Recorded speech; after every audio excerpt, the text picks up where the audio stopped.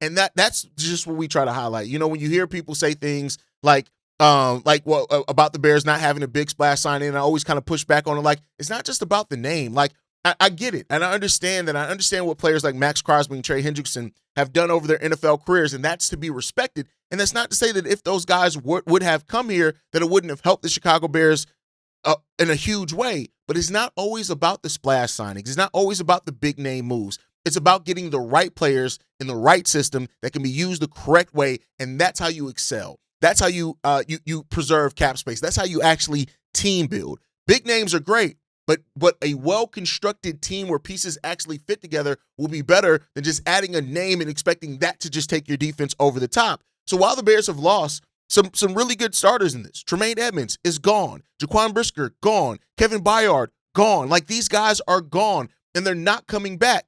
But it does not mean with what we've signed and how we are planning to go and how we're planning to use the players that we got schematically that it won't be great for this defense. Dennis Allen is going to have an opportunity to cook up a defense this year, and we got to wait and still see, right? We got to see what Ryan Poles and the Bears do in the draft. We got to wait and see that. But if things go to plan, I dropped my mock draft last night, not to say that it's the world's best mock draft or anything like that, but if things go that way and the Bears can get the players that they need at the positions that they need to, I'm telling y'all right now, the takeaways, and there have been a lot of people to point out like, well, damn, how are we going to overcome the takeaways? The takeaways were our identity. You want to move away from takeaways being your identity.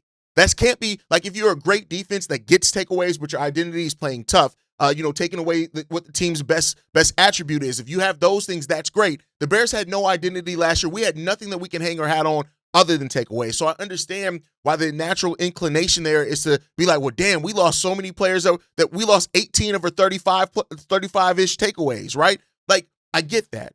But that does not mean that this team could be better in a more sound defense with what we're building here. We just got to hope that it's going to work right, and we got to continue it. We made a great first step in free agency, but it now has to continue in the draft for the Chicago Bears. And that's up to Ryan Poles. That's up to these guys to get the right guys in here. But that takes me to the next conversation in regards to Ryan Poles, right?